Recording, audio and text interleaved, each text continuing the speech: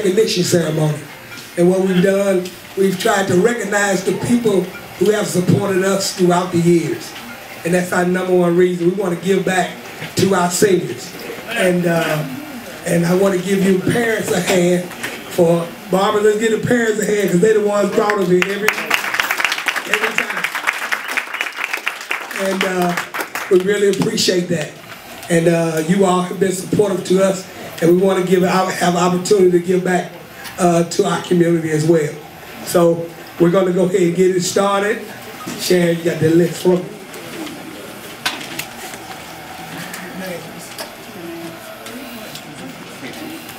I need the names, KT.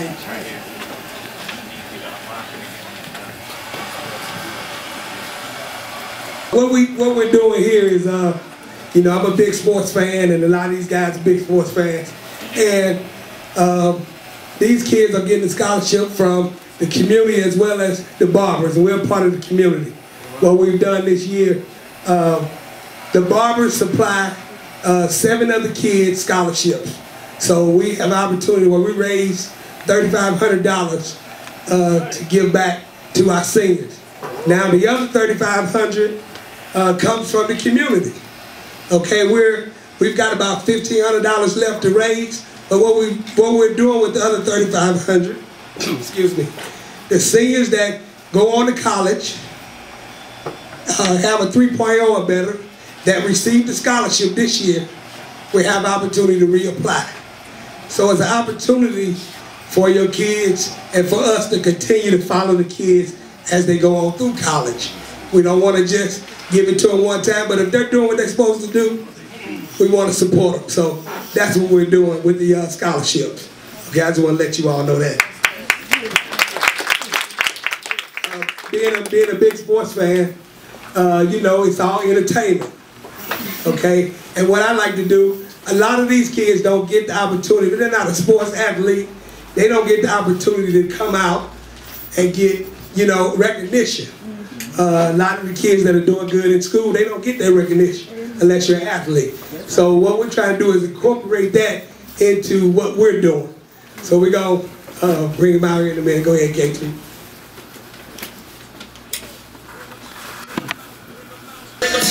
Give our hand. You come right up in front. Okay, we got Jordan White. Come on out.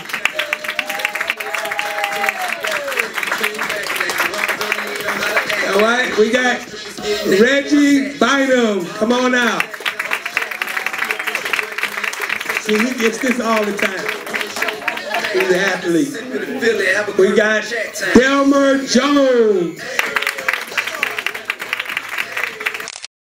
We got Jalan Gore. Y'all can have a seat. If we could, fam, we want to try to get the kids like right in the front here. Mama, don't move, Mom. Joe Niece, you can move. I can move. Yeah, you got good legs. Don't be on the front line for real. No, come on up.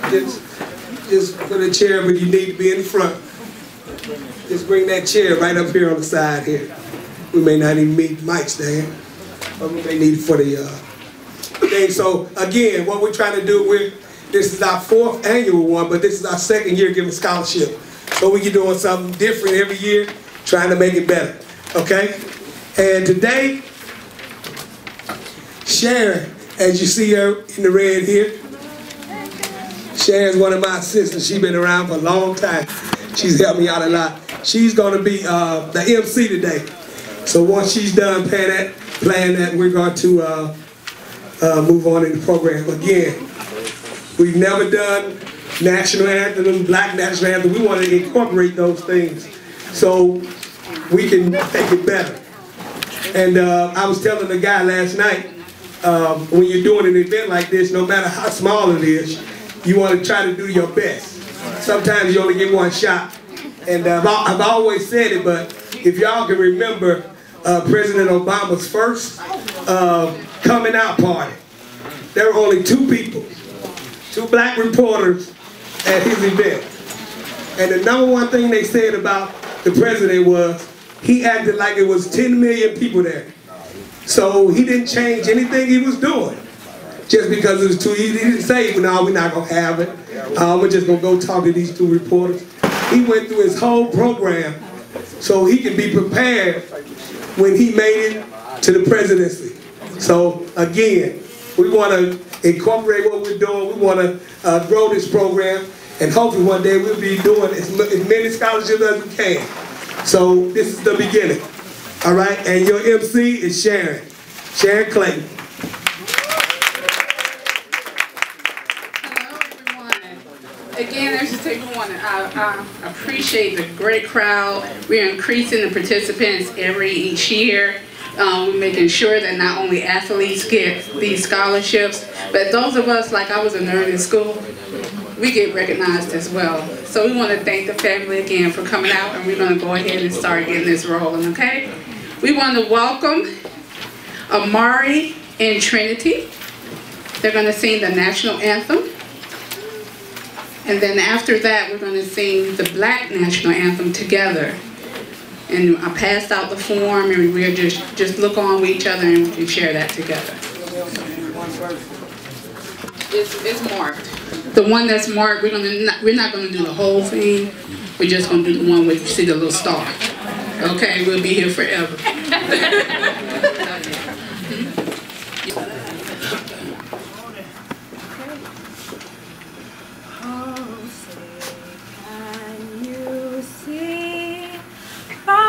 Dawn's early light, what so proudly we held at the twilight's last gleaming, whose broad stripes and bright stars through the perilous fight, o'er the ramparts we watched, were so gallantly streaming, and the rocket's red glare, the bombs bursting in air, gave proof through the night that our flag was still there. Oh, say does that star-spangled banner yet wave o'er the land of the free and the home of the brave.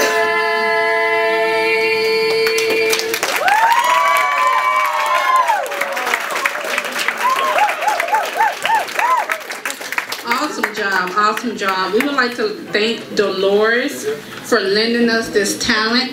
If you look inside your program, you will see a bio of the 2 young ladies that just sang, and it's from the organization Tri-Action Life Center. Now we're going to sing the National Black Anthem, and I gave you all my sheet, so I need one, because I can't remember.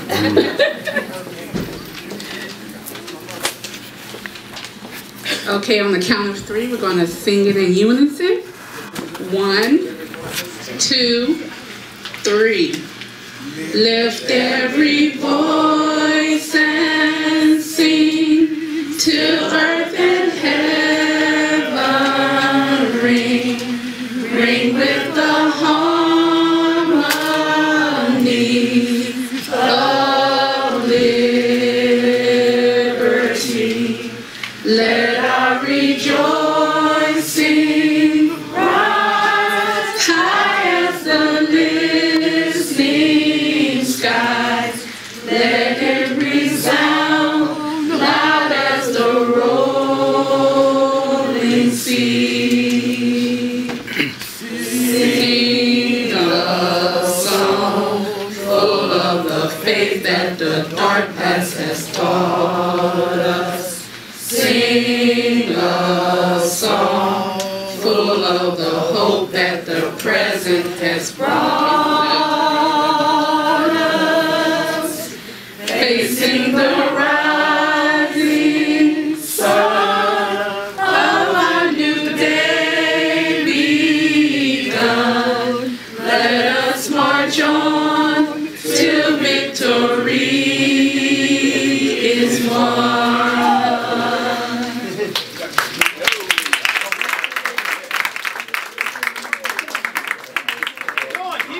Dolores, I think I need to come see you for some voice lessons. I have cards, so that's good. You have cards? Okay, we'll pass those out. Now we're going to welcome Morpheus as he gives us our welcome.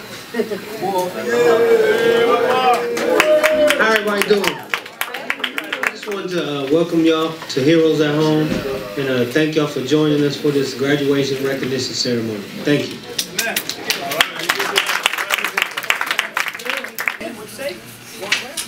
A lot of people here rise and achieve greater, and I will be going to 6th grade next year, and it's going to be a big difference for me to achieve, and it's going to be a big difference for everyone as they go on with their life. Today, everybody will be recognized for their commitment and achievement to the barbershop and their commitment and achievement to school. And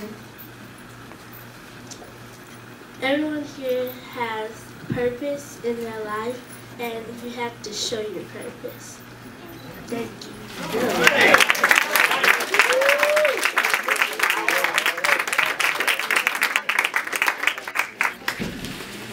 For those that do not know, this is George's daughter. Okay, now we would like to welcome Jermaine Thomas, who is one of the barbers here. All right, good afternoon, everyone. I was put on the program by George, and George said, he didn't even ask me. He said, you know you're on the program. And I said, you know what, the devil is a lie, I'm not going to do this. And then I thought more about it, and I said, you know what, this is an opportunity for me to speak to young people, and I do this all the time in my chair, so why not do this for the young people that are here in attendance. What I thought about most when he asked me is something that I always quote my mother because I think she's wise. She was a 6th and 7th behavior disorder teacher for years, so she had to deal with the, the worst of the worst, and she did it, and they all loved her. But what she would tell me when I was about to embark on a new challenge, she would say, if God led you to it, He'll bring you through it. So my advice to all of you young people, whether you're Muslim or Christian, it doesn't matter, who you pray to. Put God first, and you'll do wonderful things. But keep Him first, because you're going to be put in situations where nothing but prayer is going to bring you out of it. I'm speaking from experience. I worked a full-time job and went to school full-time while I was in school. It was really hard on me. So stressful that I was losing hair and everything. But I got through it, and I have a degree. So I encourage all of you to focus, keep God first, remember where you came from, come back and visit us, and Godspeed.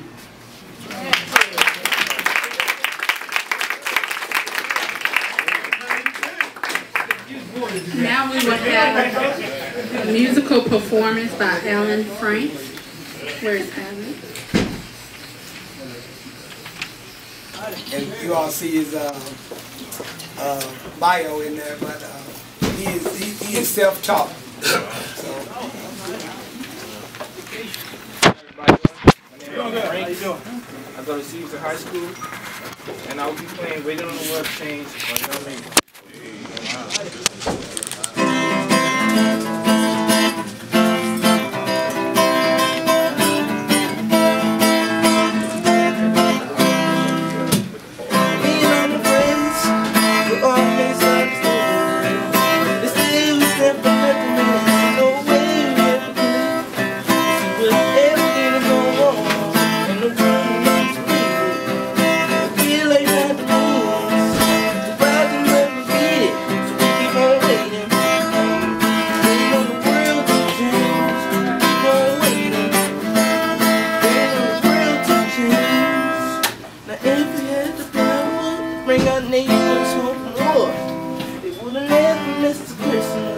No more ribbons on the door. And when you check the television, what you get is what you got.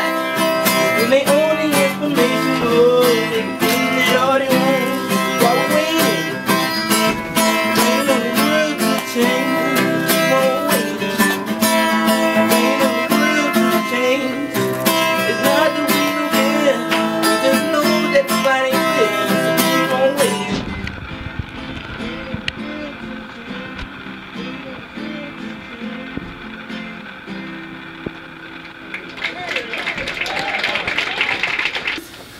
from Shiloh, and he's a Miami University graduate, for words of experience and leadership.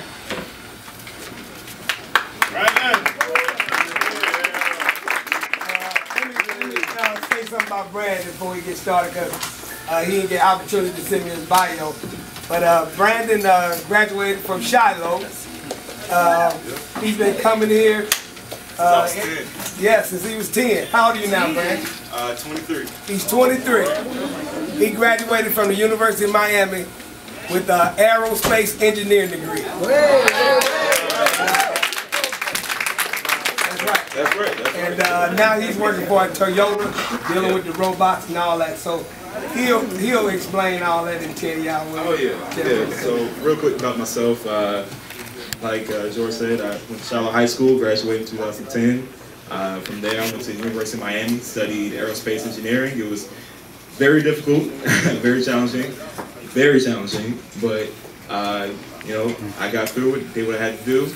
And now I am a production engineer for Toyota. I currently moved back home, and I'm working out in Jefferson County, Georgia. I've been at the job for about 3 months now. It's really good experience. So, like some other people in here, I'm also a very big nerd. I've always been involved in math and science in high school. I was on the robotics team, was president 1 year. I've done a lot of things. So, it's a little bit about myself. And I also, because I'm an engineer, engineers are always prepared, extremely prepared, and do things, measure 3 times, cut 1 time. So I do have something prepared that I would like to speak to you all today. I hope I don't take too long, but I have to admit that I struggled with what I wanted to say to you all here today. I am not much older than you, not at all, and by no means do I have everything figured out. Made all the right moves, nor do I claim that to know all that there is to life after high school or life in general. I consider myself a student, a free thinker in the great classroom of existence, and who is ignorant of many things but eager to explore, discover, and critically examine everything. As a student, I desire to learn, but every now and then, like any good student, I do believe that I have something meaningful to contribute to the education of my classmates. So today, my contribution will be to provide to you perspective as you make your decisions concerning your lives over the next few months and years. So, but as an engineer, I ask a lot of questions, but part of being an engineer and a science enthusiast is to not only ask the questions, but then set out about the work of answering these questions, and then follow the evidence wherever it may lead you. And throughout my life, I have asked 3 big questions in particular. What is the meaning of life? What is the purpose of my life? And what is life supposed to be? What's it supposed to be like? I'm sure many of you have pondered these questions yourself, and many of you may have come to satisfying conclusions on these questions. But using my science background, like I said, I'm going to construct a new mental framework for you to examine these questions in. At present time, our planet is rotating on its axis at approximately 1,000 miles per hour, while revolving around a not-so-impressive star at roughly 67,000 miles per hour in a solar system that is moving about an equally unimpressive galaxy comprised of hundreds of billions of other stars at 483 miles per hour. And our little galaxy is moving through the expanding universe at a rate of 1.3 million miles per hour. It's a lot of science and a lot of numbers. I know, stick with me. It's going somewhere, I promise. All of this to say that existence is fluid. Just like our little terraqueous world, we are never in the same position we were the day before. We are constantly in motion, even when we aren't moving. Things are continually changing, and we must change with them. As young children, which you guys are not anymore, time seems infinite. Everything is exciting, new, and far off, and we have a sense of wonder about life that holds the simplest of pleasures as the most valuable of things. Things like long summer days roaming around with your friends and imagining impossible fantasies to whisk yourselves into your own personal realities. Then something happens as we go through life.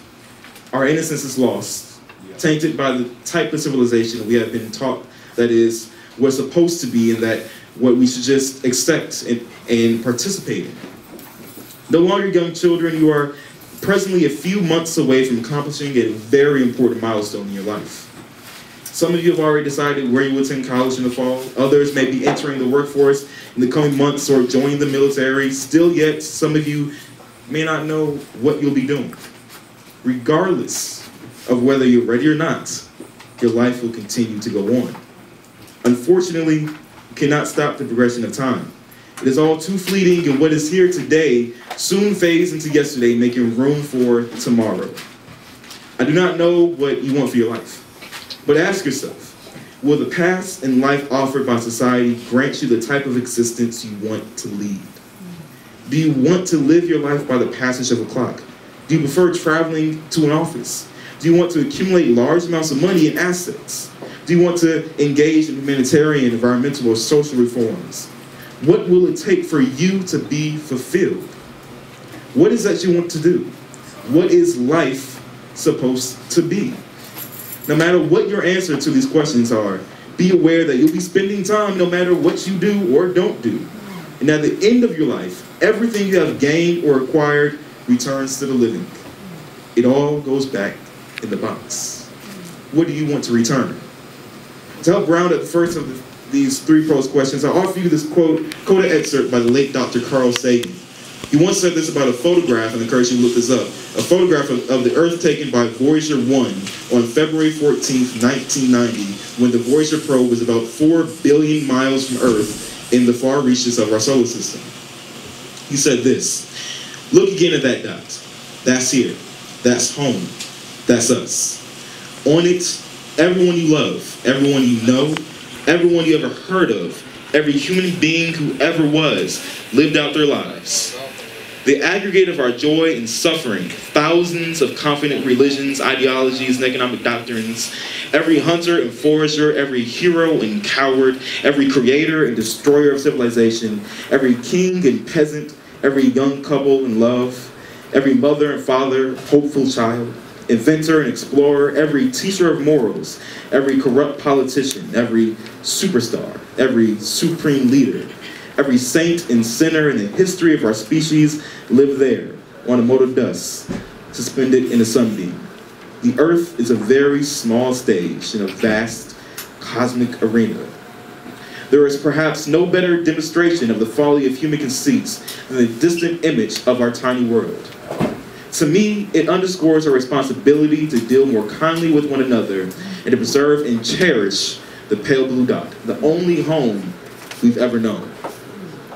As you all move into the next phase of your life, be prudent and ask yourself, what is life supposed to be like? Unlike all the commencement speeches I've ever heard, I will not tell you that you are destined for greatness. I will not say that you are following a cosmic purpose that has been set for you before you were born.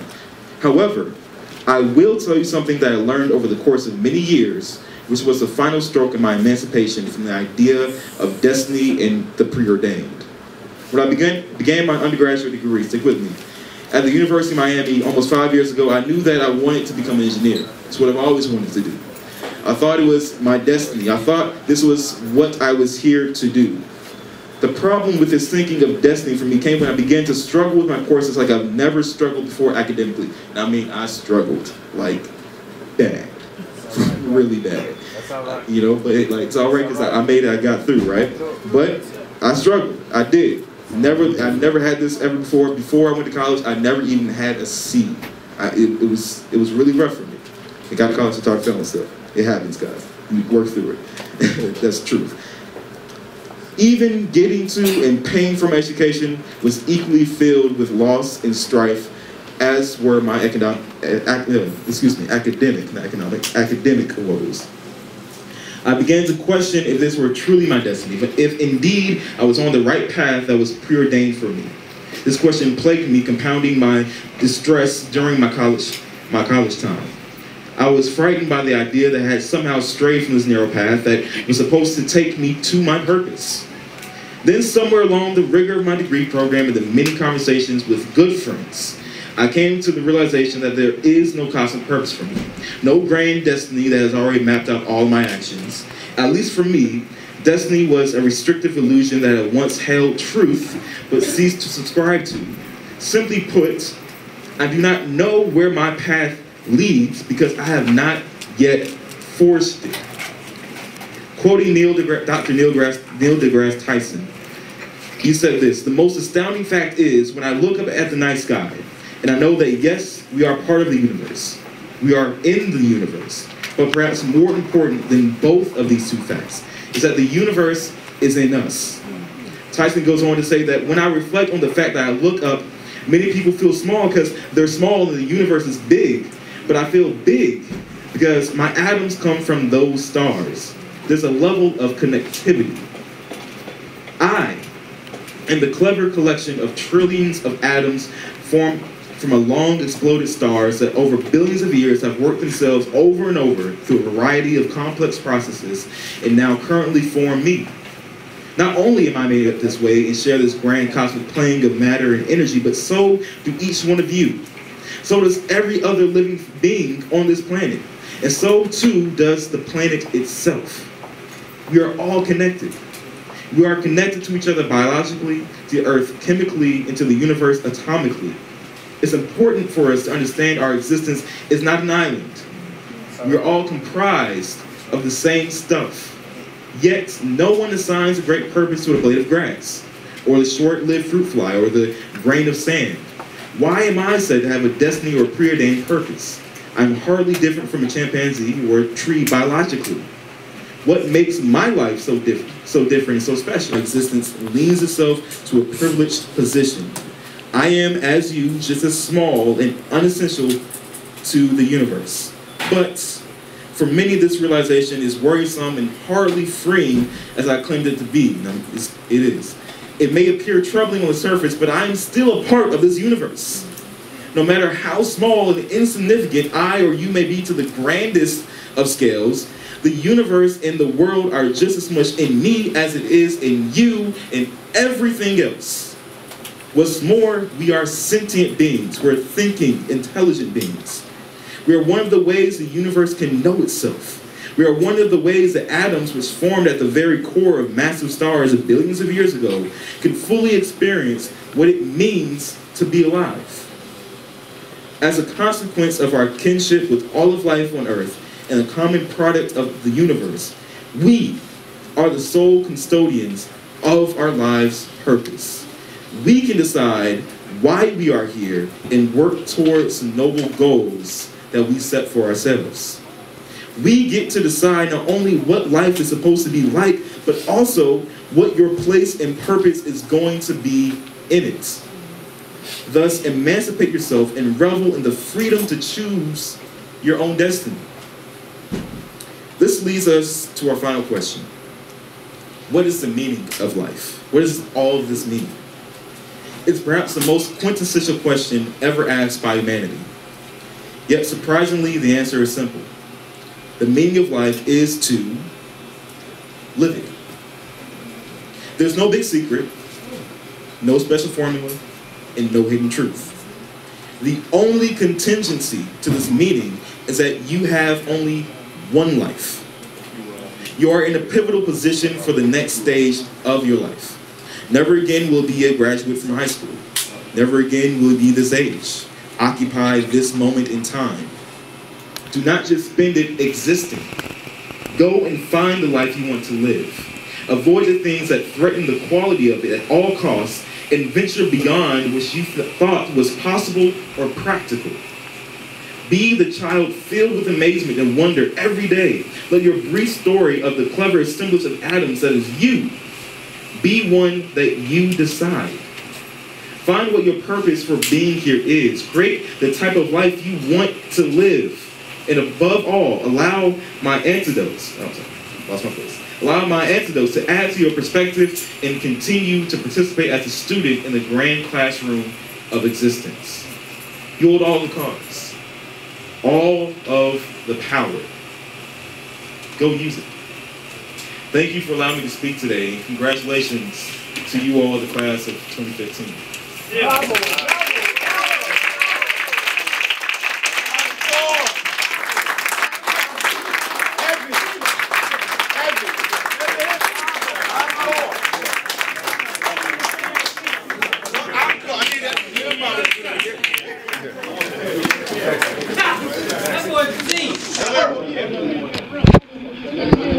Something a little impromptu right now. I would like to welcome two parents who would like to come up front and just give a short word of wisdom. If any parents in the audience would like to come up. Okay. Good evening, everyone. Good evening. Good evening. And to Heroes at Home Barbershop and George and everyone here, I'm Greg White, parent. I'm a full-time dad. I just want to say to all this graduating class, first of all, congratulations. And to the parents, thank you. I know it's hard work.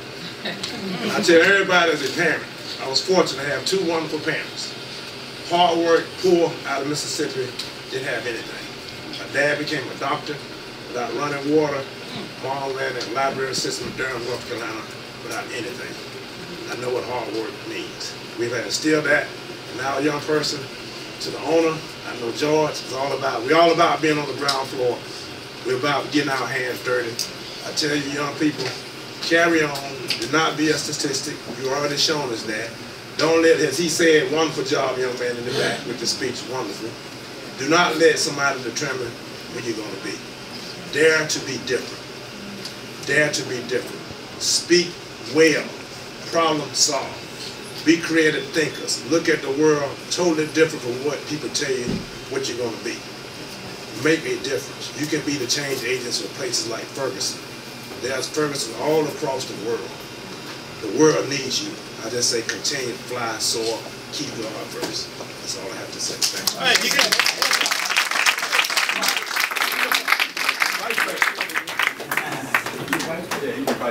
Good afternoon, everyone. My name is James Cooper. My daughter was a part of this program last year.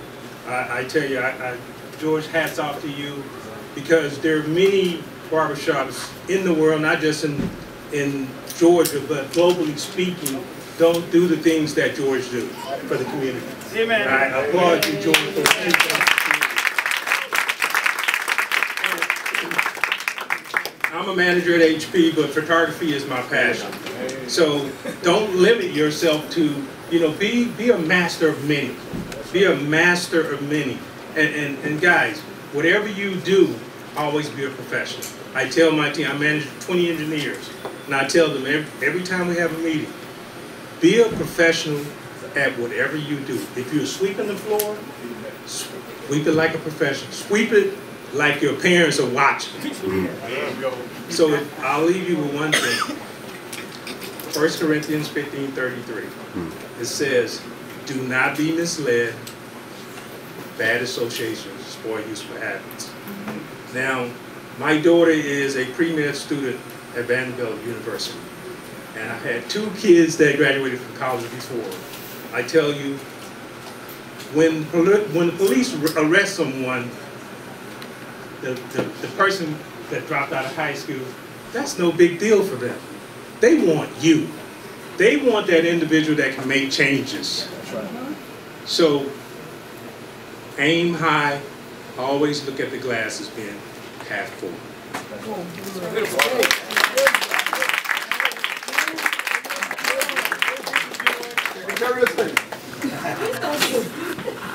We would like to welcome our keynote speaker, Mr. Dallas. Afternoon, greeting to everyone here. And I am certainly humbled as well as honored to be a part of such an outstanding program and event. And I'm impressed with the honorees here today. And I want to thank you all in advance for allowing me an opportunity not only to share a few words with you, but to actually touch on some of my own personal life experiences. As you all enter into the most crucial time in your life ever, you're about to face the most serious challenges, the toughest decisions, as well as choices that you're going to have to make. And whether you make those choices in the correct and proper way, or you make bad choices, they're going to impact your life for the rest of your adult life. Fortunately for you guys and ladies, you have a support system. Individuals, in addition to your parents, that believe in you, they care about you, they've already demonstrated that they're going to be there to pick you up and dust you off so you should stumble and fall along your journey in life to adulthood. But make no mistake about it, the consequences of bad choices, as well as good, fall squarely on your individual shoulders. You're going to be prepared with all the types of advice from those individuals I just previously named. But when you enter into college, or when you enter into the workforce after graduation from high school, there's not going to be anybody there to wake you up in the morning to say, hey, you're about to miss the bus, or you're going to run late for school. Did you do your homework? I don't like that outfit you have on. None of that. You're going to have to wake yourself up. You're going to have to make it to class. If you pursue the workforce, you're going to have to make it to your job. Whether you are sick, headache, whether you stayed up all night partying, whether it's cold and snowing outside, you have got to be there. There are no shortcuts for hard work. Always, always maintain your personal integrity. Work ethic has already been previously mentioned. That is what's going to make you a successful individual, no matter what occupation or career path you elect to choose. You also never know, based on your personal conduct and work ethic, who is watching, who is looking. It can be a younger sibling, it can be a parent, it can be an administrator, it could be a supervisor. And I'm going to touch on a couple of these personal examples in a few minutes. Based on the information, my personal information shared in the program, I made a couple of bad decisions. My father died when I was 12 years old. So my mother had to raise the 5 of us. I have 2 brothers and 2 sisters by herself. Well, as I was 14, 15, 16, I wanted fancy clothes. I wanted a nice car. But my mother couldn't provide those things for me because she was raising the 5 of us. So, being the genius that I was at age 16, after my 10th grade year, I quit high school so that I could get a job. It devastated my mother. But again, being brilliant, I went to work at an Army base just outside of Forest Park, Georgia, as a 16-year-old knucklehead, driving a tractor that cut the grass on an Army base. The same size tractors you see on the interstates that the DOT used to cut the grass. I had been there 3 months, saved up my paltry little paychecks, and brought me the raggedest car in Atlanta. So one day at lunch, it was a Friday, which was payday, the other guys that I worked with, much older, they were 50s, 55, and 60 years of age. One of them was walking by and he dropped his pay stub. I picked it up for him to give it back to him, and I happened to look at how much money he was bringing home. I've been there 3 months. He had been there 20-something years, and he was making $150 more than I was. I said, wow, something's wrong with this picture. After lunch, I walked to get back on my tractor. And I walked through the parking lot where we parked our cars. And I noticed they were driving the 2nd and 3rd and 4th ragged cars in Atlanta. Now, that is no indictment on those hard-working men. My vision, my dream, again, wow, it sounded like it came out of a loudspeaker. Something's wrong with this picture. So I said, I gotta get my life on track. I went to night school. so that I could catch up the semester that I missed. Now, that meant when the kids were leaving school at 3:30 and 4 o'clock in the afternoon, I'm coming to school. 16-year-old, I didn't weigh even 100 pounds back then, with other adults who were trying to get their GEDs or to finish high school as well. Do you think I cared anything about what those students thought of me or said about me?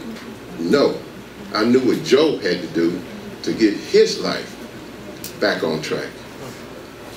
After making up that quarter, I got back into regular school. Fortunately, I was pretty good at basketball. So I got, after graduation, I got a scholarship to go to college. That ties back into, there was nobody there to wake me up. There was nobody there to make sure I got my homework. You have to do that on your own. While I was playing college basketball, there were no iPhones, iPads, none of that stuff. When we would travel, either by plane, bus, or van, to basketball games away, my teammates were playing cards, they were talking smack, or they were going to sleep. I was getting my homework. If I knew I had a test when I got back to campus the next day, I was studying for that exam. If I knew I had a paper that was due, I was writing that paper. I was making those notes. If I decided that, okay, I'll go with you guys to this club, I did my homework first. So that when I got back in that room at 1 or 2 o'clock in the morning, my homework was done. My studying was done. I could sleep well. I didn't have to wake up the next morning saying, oh, I've got to cut class because I'm not prepared. I didn't do A, B, C, and D. So you have to be personally responsible for your own actions. You also have to be mindful that when you become successful, you have a debt to pay. You reach back and you help somebody else out. While in college, I was in love with my high school sweetheart. We got married after I was sophomore years in college. So I was a husband, a basketball player, and a student. So I know all about the hair falling out based on the stress. But I made it through. And because I had a wife, when I graduated, I had to get a job to take care of my wife and I. So I joined the Atlanta Police Department. Now that was not my ambition or my goal in life. Let me back up. When I was in college, I majored in sociology and my minor was English. So I met with my sociology professor because they have to plot your course to be on track to graduate, etc. White professor. And he said to me, you people are always looking for shortcuts. And I said, you people meaning athletes or blacks? He said, just you people in general. I took that as a challenge. Didn't cuss him out. Didn't withdraw from school. I said, you know what? Although I came from the inner city school in Atlanta, I'm going to graduate with every freshman, no matter what their educational background is, in the same 4 years. We're going to walk down the aisle together. So that was a really big personal challenge for me. And I overcame that challenge. Now, it was also mentioned that you do not allow anybody to derail your career plans. Whatever you have planned for yourself, you have to stay on track. Some of those decisions that you're going to make are certainly not going to be popular. There are going to be individuals that are going to say, hey, let's go ride in a stolen car. Let's go smoke these joints. Let's go drinking. If you want to become a detective, if you want to become a sergeant, these are the things you do to start preparing yourself for it. So I looked in the mirror and told myself, once I climb that career ladder, I'm going to reach back. I'm going to help officers become detectives and sergeants, and sergeants become lieutenants. And I did that. Getting back to you never know who's watching. I was fortunate. I made detective in 2 years, and before making detective, one of my best assignments was I was a PAL officer, Police Athletic League officer. I was assigned to Perry Homes. At that time, it was the largest public housing complex in the city of Atlanta. So I was there 5 days a week, interacting with the elementary and high school level boys. I had a female counterpart that dealt with the girls. And to provide some structure, some encouragement to those kids. And I'm very proud to say that half of my PAL officers, kids, became successful, productive adult men that never had any part of the prison system. 3 of them became Atlanta police officers. They eventually were assigned to the PAL program, reaching back, giving back, all right? So those are some actual examples of my own. Getting back to, you never know who's watching. I was a lieutenant, and my deputy chief said, Dallas, I'm going to transfer you out of my office. I was his administrative assistant, and I need you to work in the Central Records section. I need you to be in charge of the Central Records section. I said, okay, no problem. So I got home and told my wife the news. She said, you in Central Records? She said, you in charge of the files? The file cabinets? And I was like, yes, I am. And they're going to be the best darn file cabinets and report keeping. 6 months later, the chief called me in his office. And he said, Dallas, I've been watching you down there in that Central Records section. You've done an outstanding job. I'm promoting you to commander. You're going to be my next major. You never know who's watching. But hard work will always pay off.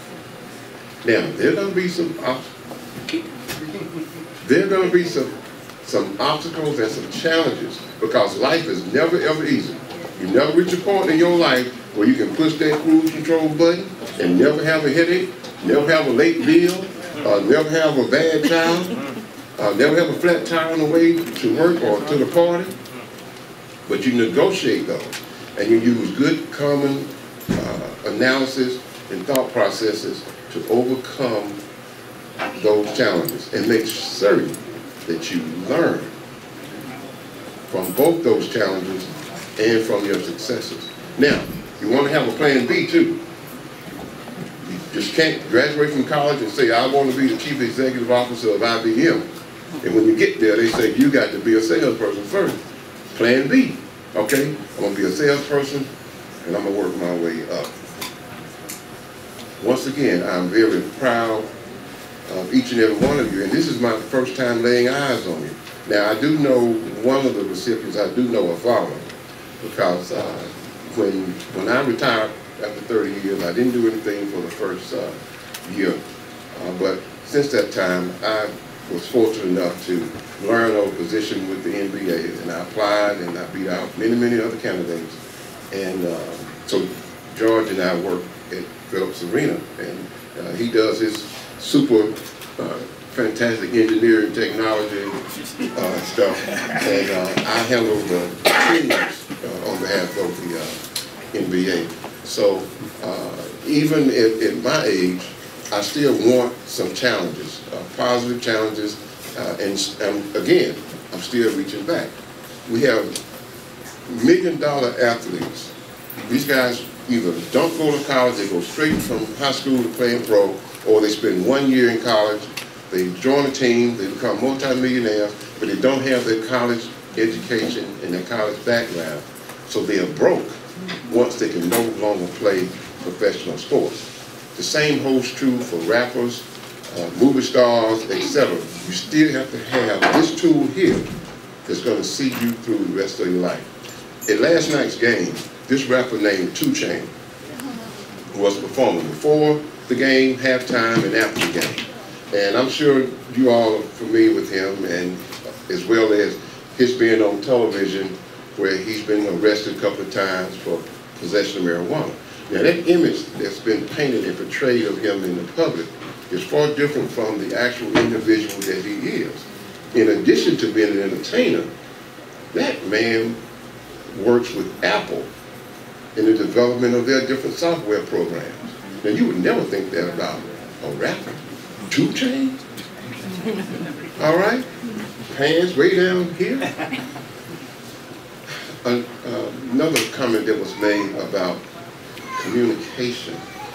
You cannot write the same way that you speak.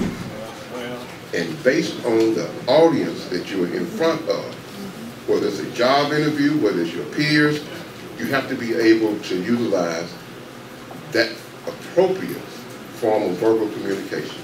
Written communication, it has to be such that anybody can pick up a report or a note that you have written. They can understand precisely what message you're trying to communicate. Getting back to police officers. One last note. Oh. One last note. I will be in the back of the room to keep running my mouth. But once again, I am so proud of you. And please, keep up the hard work. Maintain your personal integrity. And you've got to be your biggest fan. If you fail at something, you're not just letting yourself down. You're letting down your entire support system. So continue to make your support system extremely proud. Thank you. Right.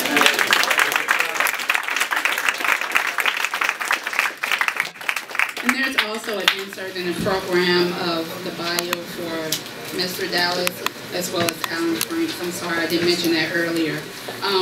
Before we move to giving you your check, I want to say something, but I'm not going to be long.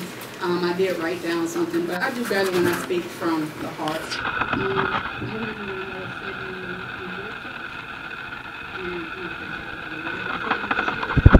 And I graduated Clark University in 1999. And when you graduate, you have so many people saying so many things to you, and you don't know what you're talking about. When you're sitting in your first speeches, when you're graduating, retain some of that information because it will come back to you as you move on. Some things that I like to point out with what choices you can make to stand out while you're in college. A lot of times it's a very decision, but I want to impart to you what good decisions you need to make while you're in campus. Okay? Some of those things will be make sure that you are right and you're doing the right. That makes an impression on your okay? Also, you want to make sure that you stay in the community. There's a lot of recruiters that are coming through there. Once you get to know the people that's in the office, they can help steer your career. Stay in the office. Know who you're dealing with. Have a relationship with your dean. Make sure you ask questions. There are no dumb questions. Make sure you ask those consistently. Also, make sure that you have a life while you're there. Don't party too much, don't study too much. But make sure that when you hit that campus, that you're getting what you came here to get. Also, enjoy summer break. Because once you leave college, you're going to have to earn your summer break. That's called a vacation. Enjoy, really, what is that called, spring break? Enjoy all that stuff while you're in school. Because once you graduate, you have to do what we're doing, working for your career. Okay? Also, have no regrets. And I can say have no regrets, I just point out one of my biggest regrets. Also, getting ready to graduate college. Went into the recruiter office. They have a lot of interviews and a lot of companies that come through there. I was sitting in there being interviewed. I knew I aced it. For a pharmaceutical company. I didn't get it because he asked me what the word tenacity meant. Now I'm good at getting around it, going in contest schools, things like that, to try to answer the question, but I didn't know what it meant. So I had to say, and I'm honest and I'm blunt, I don't know what it meant. I didn't get the job. I was devastated. And I accepted the part-time job as a full-time job that I was working my whole duration. It plummeted my self-esteem. I lost a lot of confidence in myself. Looking back on that, the reason I say I have no regrets, it was because I regret that decision, that I just decided to settle and not get back up and pursue the job that I went to school for. So, what basically I'm saying, you will get some knockdowns, but it's how you respond to them. Ask for help. Again, don't be concerned about what other people think. This is your life, and you have to make it. So, that's all I have to say.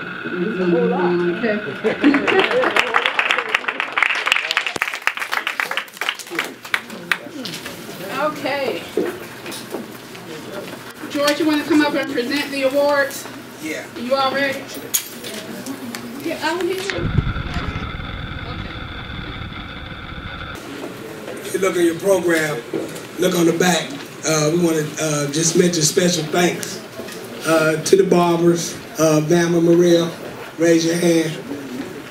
One Son Creation, Malcolm, he's not here, he has a cookie company, so he always provides us snacks and cookies. One of our other young men who graduated from Stevenson has his own cookie company, and he's about 25 too. So it's, again, using your creativity, doing what you need to do, and that's Malcolm, Yannick Jackson, is she here? Yannick, and Tri-Action Life Center. Again, I don't know if many of you all know of Tri-Action. Dolores, can you come up for a second? So she can just give you all some information about Tri-Action Life Center. Because I didn't even know it until I got a chance to meet her. And it's a place I pass every day and never thought about it. Okay, Dolores. Yes. I am so sorry. We have a parent here and a graduate. He has to get to work before he loses his job. Dolores, we're going to let you speak in 1 second, but can we go ahead and present his check? Yeah. Because his boss is calling him. That's it. All right. Delmer Jones. Delmer Jones.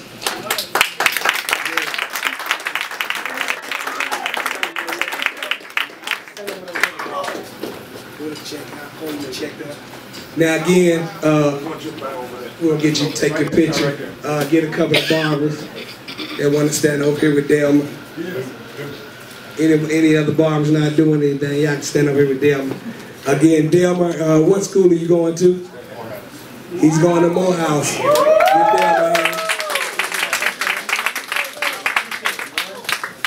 Again, a lot of times, people think it's me, but I have a good group of guys that are with me that we can't do this without them. So, again, I want to thank those barbers.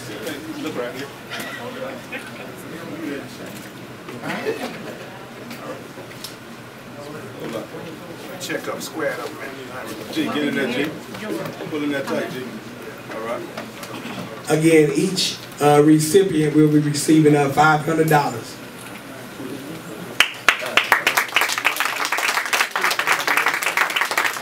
This guy, I think I was the first one to cut his head. What? I think I was. When you moved here, Stone Mountain, I was the first person in Stone Mountain. Delmer was about 2 years old. 2 years old. So he's been coming here since he was 2. And we had a little area in the other shop where we just had the little rug with the train on it and everything for the kids to play. We had all the little games and stuff like that. And Delmer, for some reason, he wanted the mat by himself. So the next time he's over there playing, next thing you know, he's throwing a chair over here, a toy over here. So we always used to call it the Delmer Dome when he was 2 years old. So Delmer, thanks and congratulations. And I wish you the best.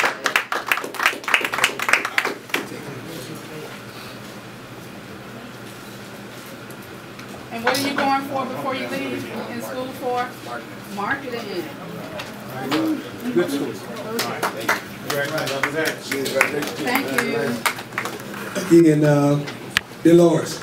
Just give us a little quick synopsis about our tribe so people can be aware of what you're doing, because she's doing some great things. Thank you, George. Appreciate you and, of course, Heroes at Home Barbershop.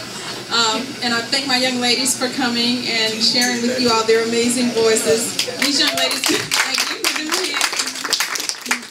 They've been working with me actually since they were little too, like 9, 10, 11 years old, and have come through the ranks. And now getting out doing more performances live and that kind of thing. So we're really proud of them. But Tri-Action Life Center, we're actually located in Stone Mountain. We're off of West Park Place Boulevard. I don't know if you all know where the Bottles and Booties daycare used to be. Some people are familiar with that, but we're sort of near Voices of Faith, but past the old Target. We actually are a nonprofit organization. We're 501c3. And we really work with people who are passionate about achieving their dreams and their goals, no matter what that is. We want to help you put action to your faith. We're a faith-based organization, so as this barbershop has, of course, really allowed you to hear that they certainly believe in God and the Word of God, and that they live their lives by that, so do we. And it doesn't mean that you have to sell your soul to do anything. In other words, you don't have to be of the world to be very profitable and valuable in it. So we help people understand those things. We provide action coaching, meaning that we will help you take your plan or your passion, whatever it may be. It may not even be a plan right now, but just a thought, an idea that hasn't been developed. We will sit down with you, strategize with you, help you come up with action steps that meet your lifestyle. It doesn't mean we're going to say, do it this way and that's one way. No, we're going to do it your way, but we're there to support you. So we provide workshops and seminars on real issues in life. We have a debt cancellation workshop that's really popular, and our young black kids need to understand about money. We're not educated about money. We need to understand how to not go into debt. You guys are going to get a lot of enticing to get credit cards and things like that, and people will say, you need to build your credit, you need to build your credit. Well, you know, you might want to talk to somebody about that and understand what you're getting yourselves into. Student loan debt is enough. That's something that somebody said, yes, you don't want your credit cards to be built up and that kind of thing before you graduate. So we have a debt cancellation workshop. We cater to the arts as well, business plans. We provide training as far as the arts in singing, dancing, and acting. We help you build a business, change career, whatever it may be. Just come sit and talk with us if you'd like to do that.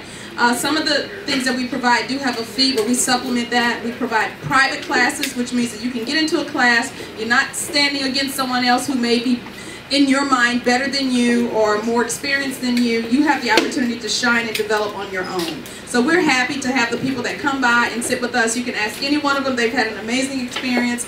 And I'm excited to be in the community and working with you, George. This is an awesome thing you've done. All right, God bless you. Thank you. Thanks, Dolores. Again, just getting back to our special thanks, our special donors, these people who gave over $250 per piece. Xavier Collins, he's a Farmers Insurance. He supports us in everything.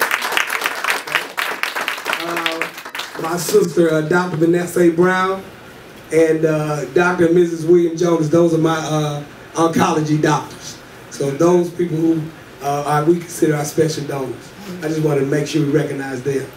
Our Heroes in Action Board, Yvonne Goldie, Denise Smith, and Bruce Henry. They were not able to make it. And our advisory board, I think we've got Sharon here, Johnny Payne, is Kirk? I talked to him earlier, but he's not here. Kirk Side and Lemuel Shelley, he's a young man of the crew. He's videoing today. And as we get ready to move on into our scholarship donations, our scholarship committee. Our scholarship committee read through all the applications and read your letters and everything. So that was the committee who made the decision on the scholarships. Also, that's Cedric McCollins. Yeah, he's going to be coming up here in a minute. Tony Miles and Donna Allen and Ken. And if you look at the bottom, this is one of my ultimate things that I wanted the community to understand and our barbers to really understand, that it's not just one person.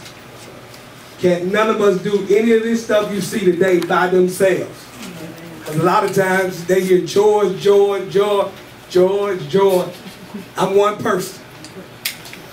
But the things we have been able to do over the years have been because I've got a good crew of guys. And we have a community that believes in what we're doing. And that's what we're trying to push here. And sometimes they get missed. Sometimes they get missed. They hear George, George. We're human. And I have to keep it real. When you hear George, George, George all the time, and you doing the same thing, or you're a part of it every time we're doing something, you hear George. I'm human. So I wanted to make sure that you all understand that most important, we would like to thank every customer who has contributed to the Heroes in Action Scholarship Fund. I've asked every customer to give $5. Okay? That was our goal. Our goal was, at that point, was like $2,800. And I haven't had one person turn me down. But that just shows you collectively, we're only like $1,500 short of what we're doing. And we've got until July to get that. But I've asked every customer for $5. And I hadn't had one customer turn me down because they believe in what we're doing. But again, I just want you all to know that it's not just George. I got a good crew, and some of these guys have been with me 10+ years. And that is something to be said for a group of guys to stay together that long in the barbering profession. Many of you all don't know. And you may know, because your barber moves here and there all the time. Those guys have been with me. Before we get into the check presentation, all of our recipients will be receiving a Heroes at Home barbershop medal. Okay? Now what we've done with this in the past, what would I say? We just want to make sure that you all as seniors understand that you are a part of our community, and everybody doesn't get one of these. Okay? You only get one of these by attending the program. Okay? And that means so much to us that you all came and seen it so important enough for you to come to this program today. Okay? So, again, everybody doesn't get these. Now, this is a medal that we created with our logo that even if you're not summa cum laude or whatever, you can wear this. You all are heroes in our eyes. You're doing something that a lot of people not doing. I told you all outside, everybody's not graduating. As much as you may think you're doing the right thing, you're on the right path, there are your friends. There are people you know that are not graduating, don't you? So it's important that you understand why you're getting this medal. You are a hero in our eyes.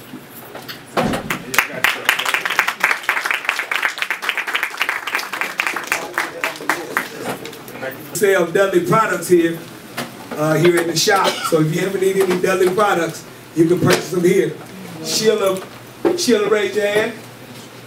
She's our Dudley's distributor. She brought some shampoos and hair pomades for you all as well. So Sheila, raise your hand.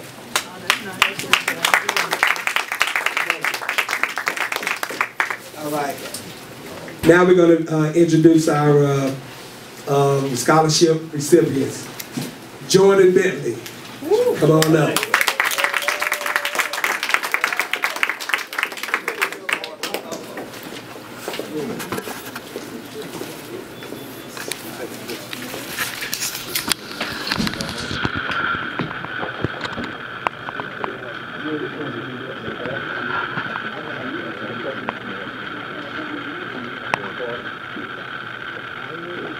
We're going to be doing in a couple of weeks, graduation.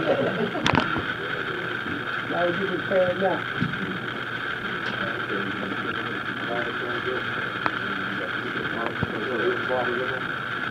Yeah, we're going to have this.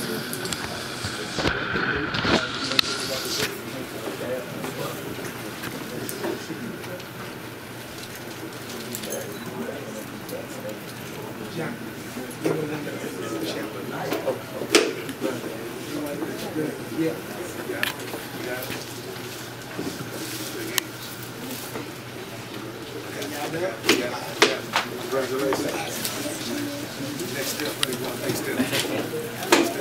Jordan, where do you plan on going to college? I'm going to Armstrong State University. Okay, give my hand.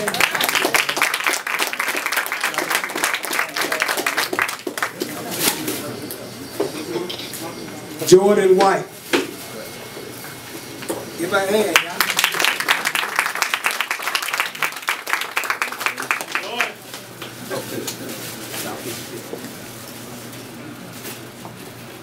Mom and Dad and Grandma.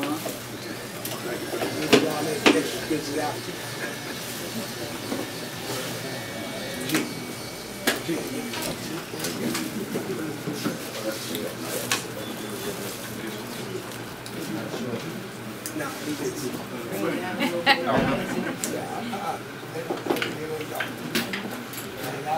Go back to the water. Right there, right there. Only put down here. So you get the metal and everything.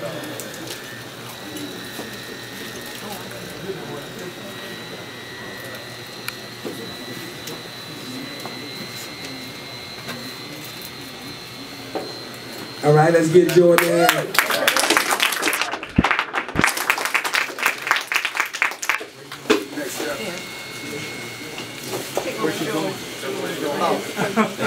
FAMU.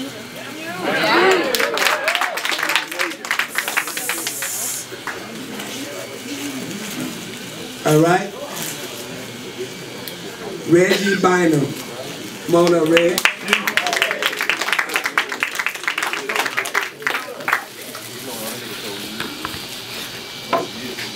Reggie and Delma were buddies together growing up in the shop too. Don't cover the metal.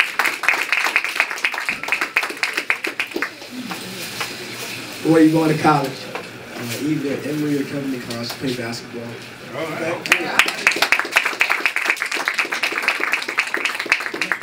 It's right here.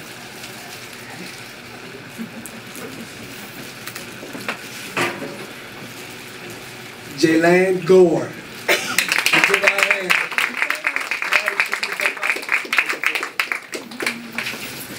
I remember years ago, Charles, we had the Hawks game. And Ashley was probably about 3 or 4. And they were running all around the floor. That's been a long time ago.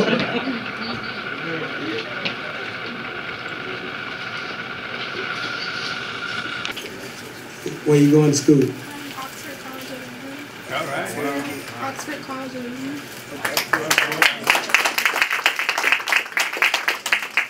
Right here.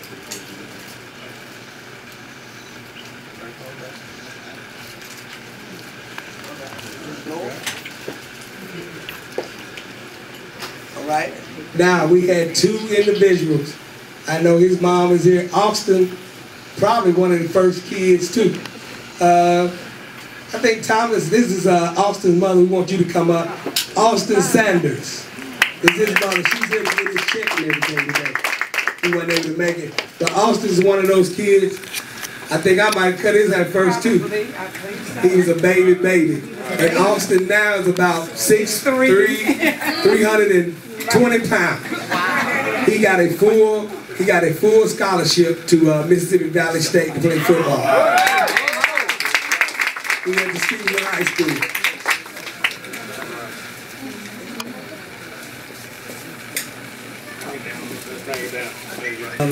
And tell Austin we definitely appreciate it. He hates to miss it. He got his first job and he started today. So All right, thank you. And our last recipient, and many of you all may know him, is Jalen Smith. If you know Archie Smith is Jalen's son. He had to go on a college visit. He received a scholarship at a school in Maryland, and they had to go to the school today, this weekend, because they had never seen the school before, so they had to leave. But that's our list of recipients this year. I got, Seth, come up for a second.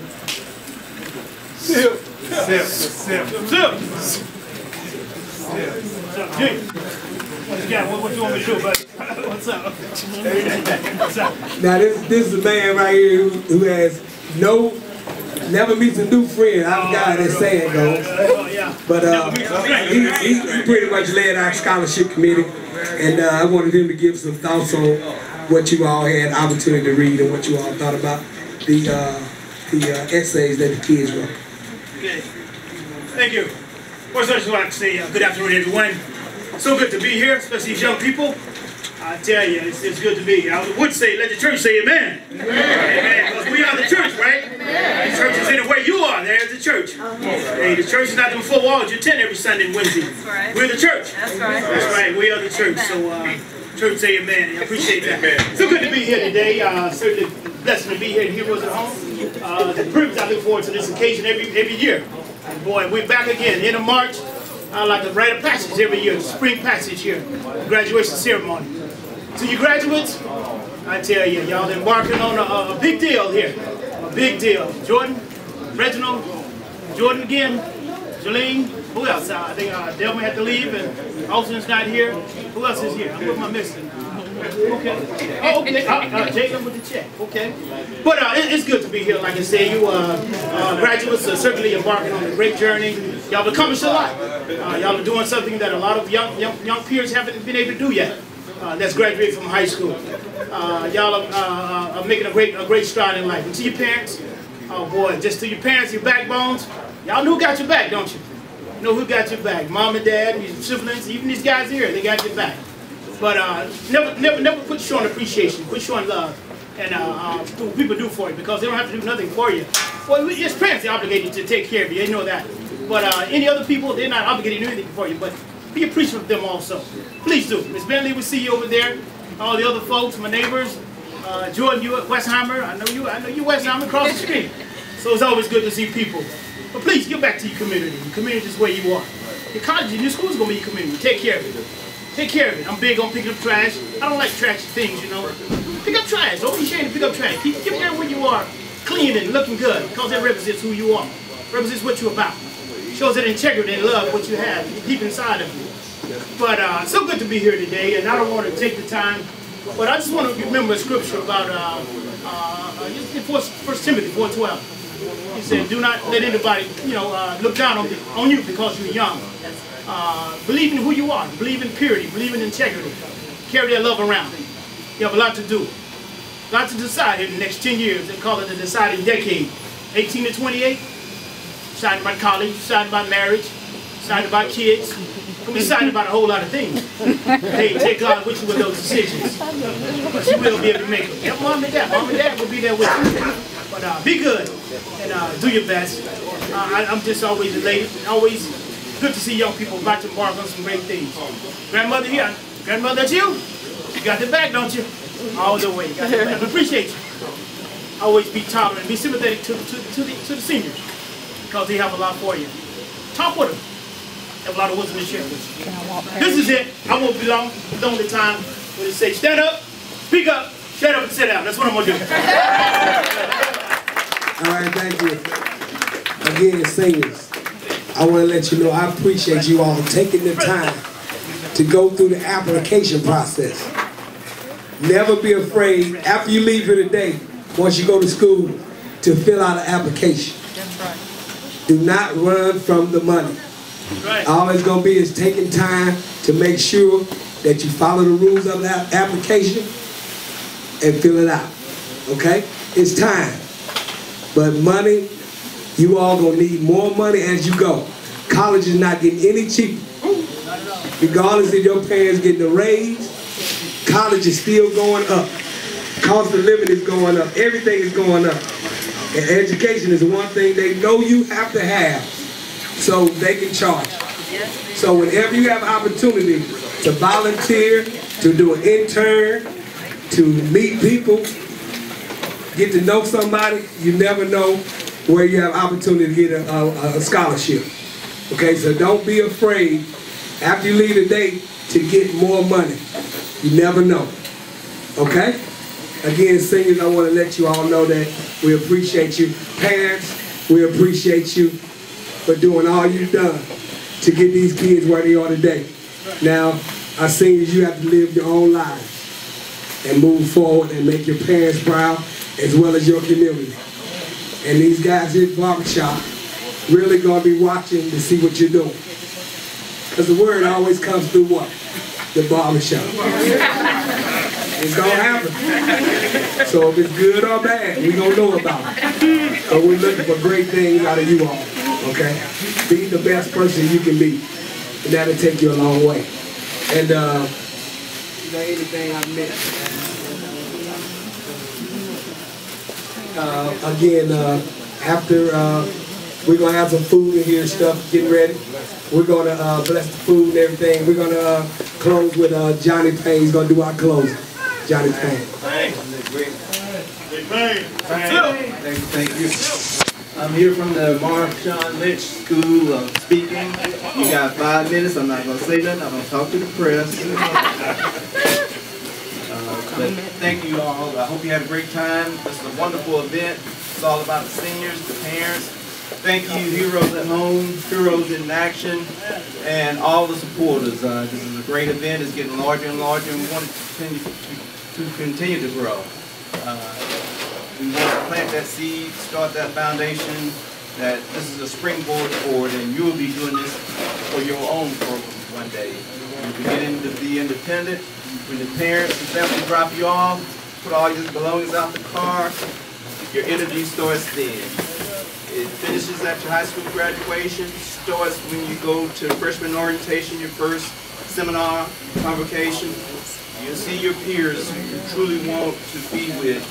You can discern quickly who are leaders and who are followers. And I don't think you all are followers. God bless. Travel near and far in peace. Thank you. Thing starts there. We think we as human beings are doing all this. Today, Father, just to say thank you, Father. We're so thankful for your Son, Jesus Christ, who died for the sins of this world. Again, Father, we just thank you for your wisdom, the guidance, and your book, the Bible. Again, Father, we thank you for the parents, those individuals who have paved the way. We thank you for the slaves, Father, who had to struggle, come from another country, Father, and our people are standing. Father, you have seen this generation here stand. You give us opportunity for this barbershop to be blessed. We know, Father, you're in the midst of it. We know that you're the example that you give it to George and all the barbers to give back to the community as Jesus walked among his people. Again, Father, we thank you for the parents, Father. We know the sacrifices, Father, they're going through. We know all the financial resources, but that money comes from you, Father. Let us never forget. For the young people who receive these scholarships, Father, we ask special blessing for their work ethics. They understand the importance of education in step 1. Again, as they get ready to embark on the world of college, to take the next step, let them take Jesus with them. Again, let us bless this food, let this food nourish our minds, bodies, and soul. And most of all, Father, let us enjoy this time of fellowship with one another as a people. Let us get to know one another and stay connected and give back to the community. In your precious name, let us glorify you in all that we do. Let us all say amen. Amen. All right, we're going to, they're getting the food ready. We got some finger foods and stuff for everybody to eat. Don't leave it here because if you do, Bob, we're going to tear it. But again, scholarship recipients, we're going to take some group photos right quick. And if you get an opportunity, I tell people all the time, especially our young people, talk to some of these people who spoke today. Networking is the #1 thing that can move you on in life. You got to get to know people. For somebody you don't know, get to know them. You never know. Okay? So again, thank you all for coming. We're going to get the food together.